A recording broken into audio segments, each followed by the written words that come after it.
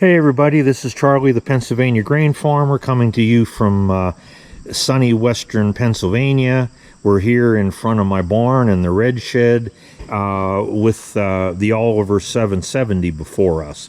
I've decided to split this video into two parts. So this is part two.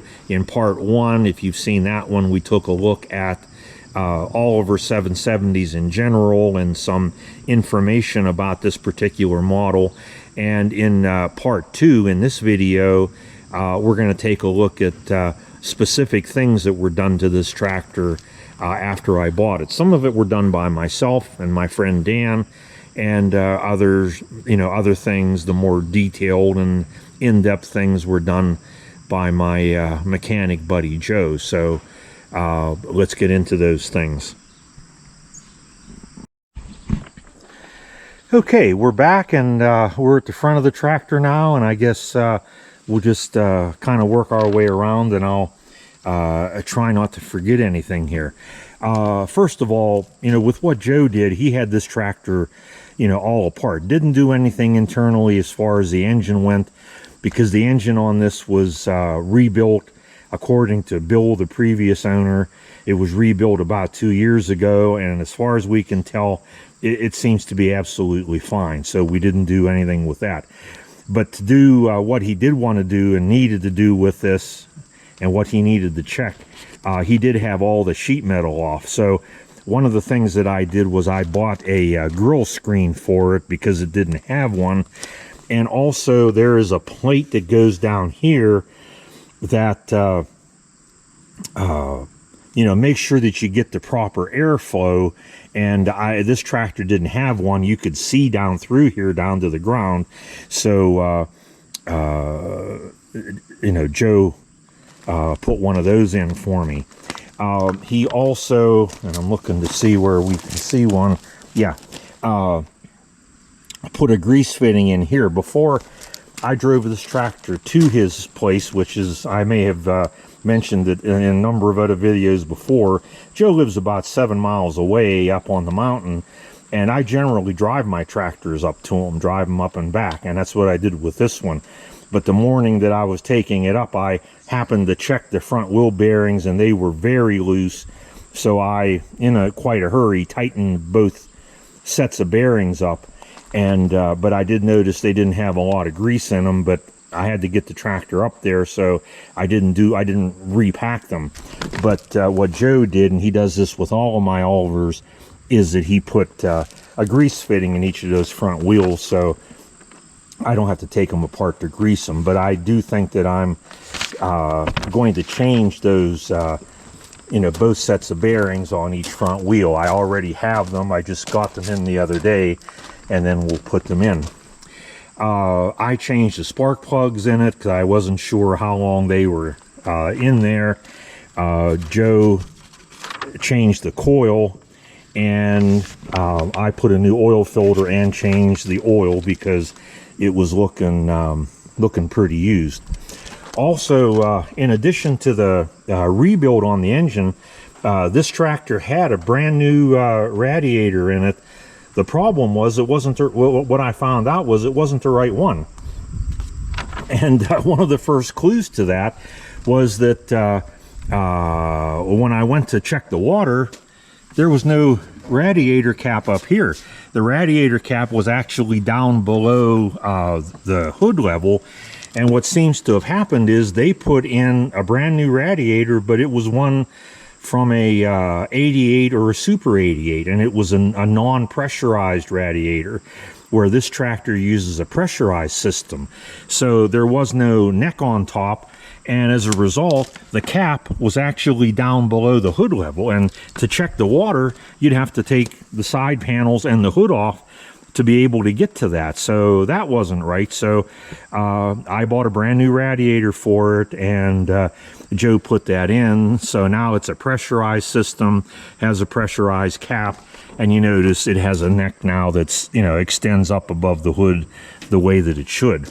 And at the same time, we solved another problem, and that was when somebody put the radiator on, they made this hose too short, And as a result, this elbow was tilted in so far that this belt wouldn't fit on the pulley the way that it should. It was actually, they had it out here so that it wouldn't rub on this metal elbow. So when Joe put it back together, he changed the these two rubber hoses and put a longer one here so that this elbow would be where it should. And now the belt that goes to the generator is in the pulley where it ought to be. So we took care of that problem. All right, coming back here, you'll notice that there's a weight on each side. That was not on the tractor whenever I bought it. I got those weights from Joe, and he actually put them on.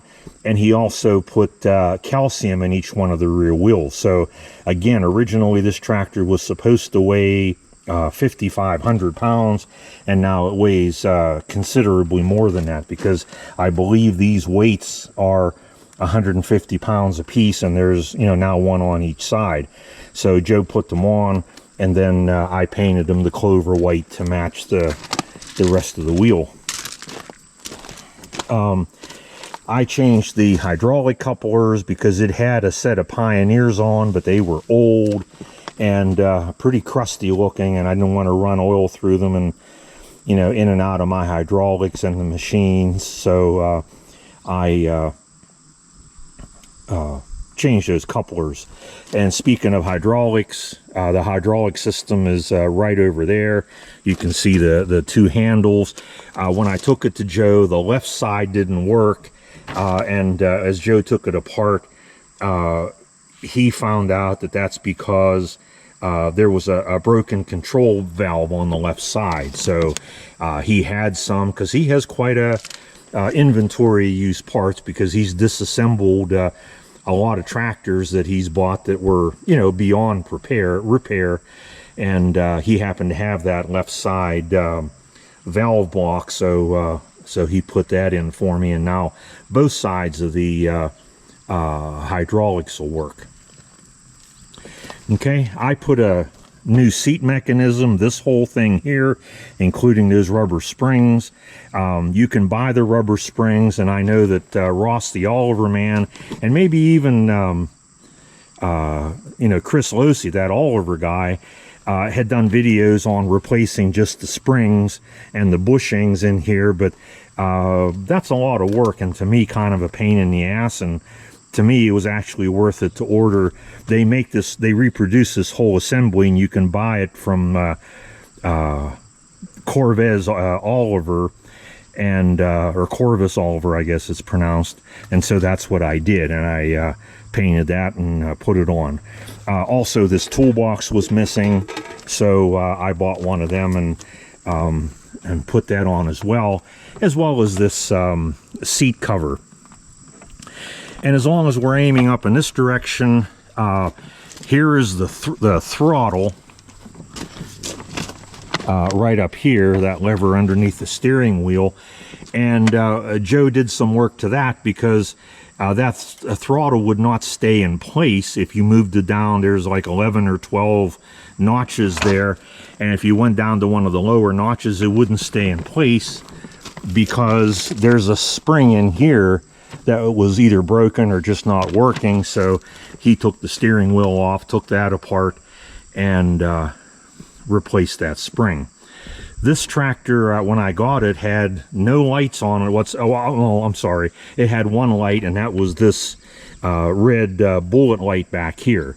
And it ended up, when we rewired it, that light did work, but it didn't have the other three white lights, headlights, or brackets. So I got them from Corvus Oliver too, both the brackets and the lights. Corvus has them reproduced, and so I painted them and put them on so that I can see if I want to use this at night. Now, while we're here at the back of the tractor, Joe worked on the basically the frame for the drawbar here.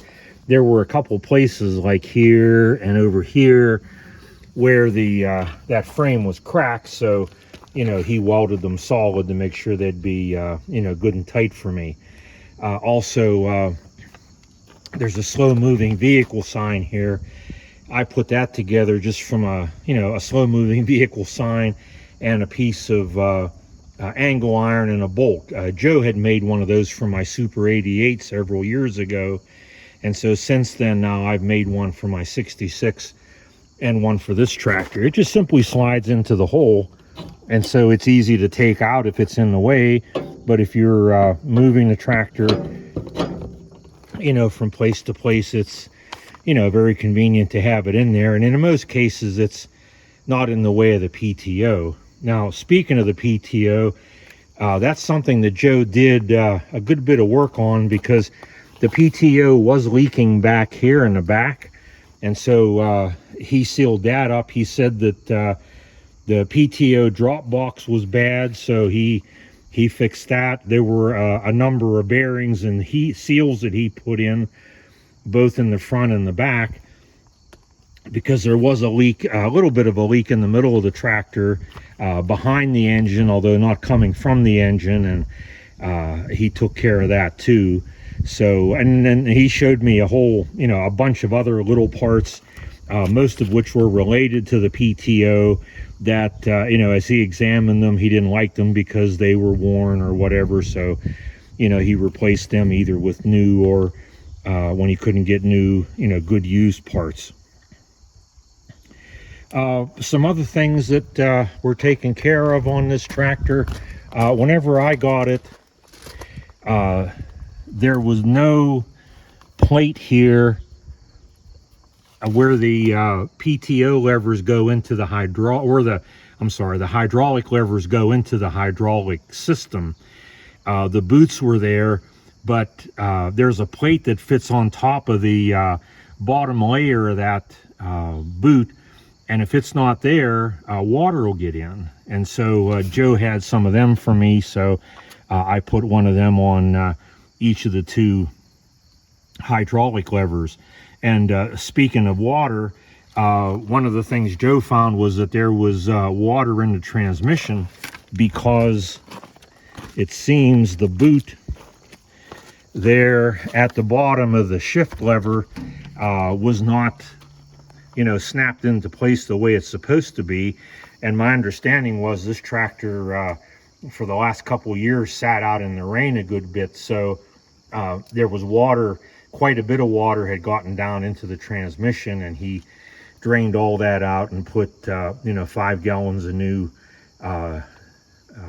90 weight oil in there. And also, since we were back here, just so I don't forget, we also fixed this far right hand brake pedal. These Olivers have this 3-pedal brake system where you can put on the right brake or the left brake individually, or hit that middle pedal and put all 3 on. But whenever I bought this tractor, this middle pedal was disconnected from the one on the right, and usually that means they're out of adjustment. But my friend Dan and I adjusted the brakes, and they seemed to be good, but it would still come out.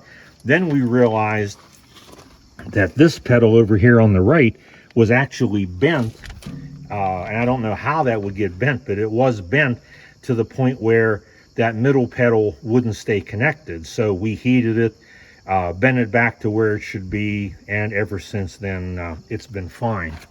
Now Joe also worked on the brakes on both sides. He took this brake housing off and actually had that bead blasted, and he added in at least one new brake pad or brake disc on each side. Okay, and so now the brakes, and he adjusted them properly, so now the brakes are good again. He put in a new choke cable, which is located right here. The old one seemed to be working for me with a little bit of difficulty, but he said when he got to the tractor there, he had a lot of trouble with it, so he put in a brand new choke cable. He also put in new gaskets back here behind the exhaust manifold.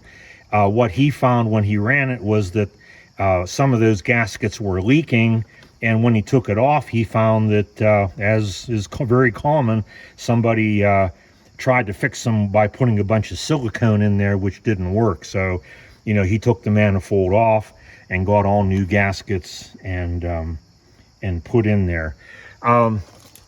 One of the very first things that I did to it was to put a muffler on it.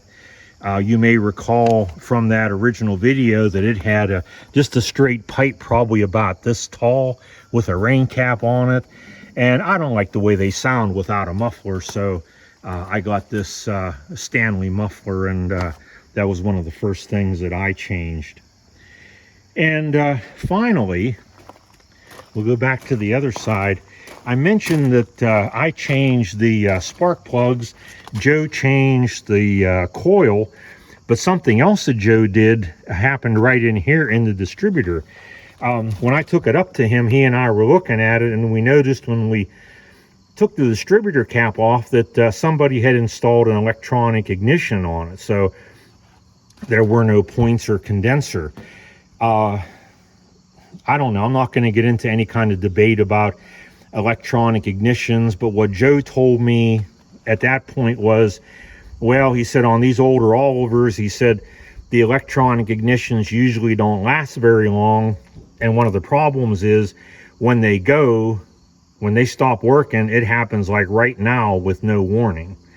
Okay, and I don't really like that. I mean, with my other Olivers that are gas, when the points start to go bad, you can usually tell by the way it's running. I had that problem with my 1650 this year. When I was harrowing, it started to run a little funny, and I felt it was the points. So I changed the points, and the tractor's run fine ever since. So I had Joe change this. Maybe you'd think of it as a step backward, but I don't. Joe changed this back to the original ignition configuration. So now I have points in there again and a condenser. So the electronic ignition is gone, and I'm happy about that, because now I'll have a better, chance of knowing when something's wrong before something goes seriously wrong. So that's pretty much what's been done to this tractor. The only thing at this point that I can really think of important that I need to do is to change the cluster gauge here. I was going to have Joe do that, but the cluster gauge is right here. It has a gauge for temperature and for fuel, and has a light there for the alternator and for oil pressure. By the time I got one, Joe had already had the tractor apart and had it put back together, so I wasn't going to ask him to take the hood and the tin work off and put that back in again. So at some point, my friend Dan said that he'd help me change that cluster gauge, and that way I have some indication for fuel, for temperature, for the alternator, or for the generator, and for oil pressure. So, well, that's pretty much it. Those are the things that were done. Again, none of them were major things, major items. Nothing was done to the engine itself, but really just a bunch of little things to make the tractor a little better. And I am really pleased with it and proud of it. So I hope that you enjoyed this video, and if you did, I hope that you'll hit the like button and consider subscribing. If you have subscribed, I appreciate that very much. And I hope that you'll leave me a comment or ask me a question, because I do read them all and try to respond to every one.